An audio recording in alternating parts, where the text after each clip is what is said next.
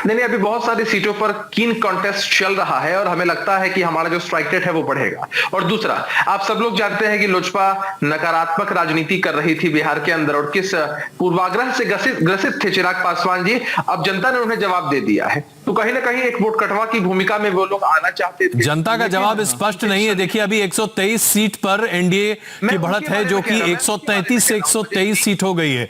अगर यही रहा रुख तो शायद आप एलजेपी के साथ बातचीत करने के लिए प्रेरित हो जाएं। नहीं देखिए, एलजेपी के साथ कैसे बातचीत होगी? अभी आपका जो टेलीविजन का स्क्रीन है उस पे आंकड़े देखिए कि अच्छा, लेकिन अभिषेक जी शून्य लगा हुआ है। अभिषेक जी, आपको मैं रोक रहा हूं, लेकिन एक सवाल का जवाब दीजिए कि अगर आप ये कह रहे हैं कि वो वोट कटवा रहेंगे, लेकिन वोट काटते काटते तो उन्होंने आपके वोट काट दिए। अगर एलजेपी साथ में होती तो राघोपुर हो या फिर दूसरी सीटों जहां से तेज प्रताप है, वहां पर जो एलजेपी ने जितने वोट लिए हैं उस हिसाब से तो जेडीयू का कैंडिडेट निकाल लेता सीट, लेकिन आपके साथ ना जाने की वजह से वहां पर देखिए दोनों आगे जा रहे हैं।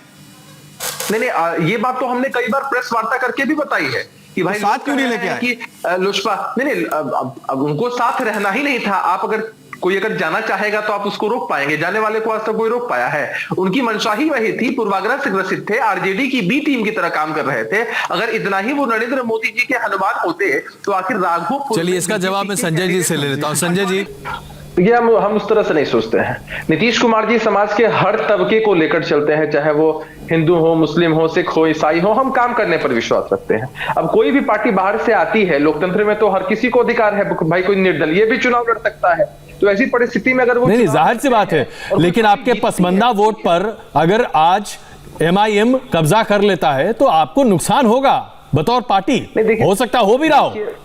देखिए ये बात समझिए कि अगर जो सीटें हम नहीं जीत पाते हैं और कोई और दल जीतता है तो निश्चित रूप से वो तो हमारे लिए नुकसान है ही। हम तो उसकी समीक्षा करेंगे कि भाई वोट्स हमारे पास क्यों नहीं आया, क्या नहीं आए। लेकिन अब लोकतंत्र में आप किसी को रोक थोड़ी सकते हैं। अगर जनता को वहां लगा, उस सीट पर लगा रुझान उनके कैंडिडेट की तरफ। चलिए तो अभिषेक, अगर जनता को लगा तो ये बताइए कि फिर नीतीश कुमार का चेहरा क्यों नहीं दिखा ठीक वोटिंग से पहले? क्यों सिर्फ प्रधानमंत्री नरेंद्र मोदी का ही पोस्टर हर जगह पे नजर आया और जहां पर भी गए मोदी मोदी क्यों रहा?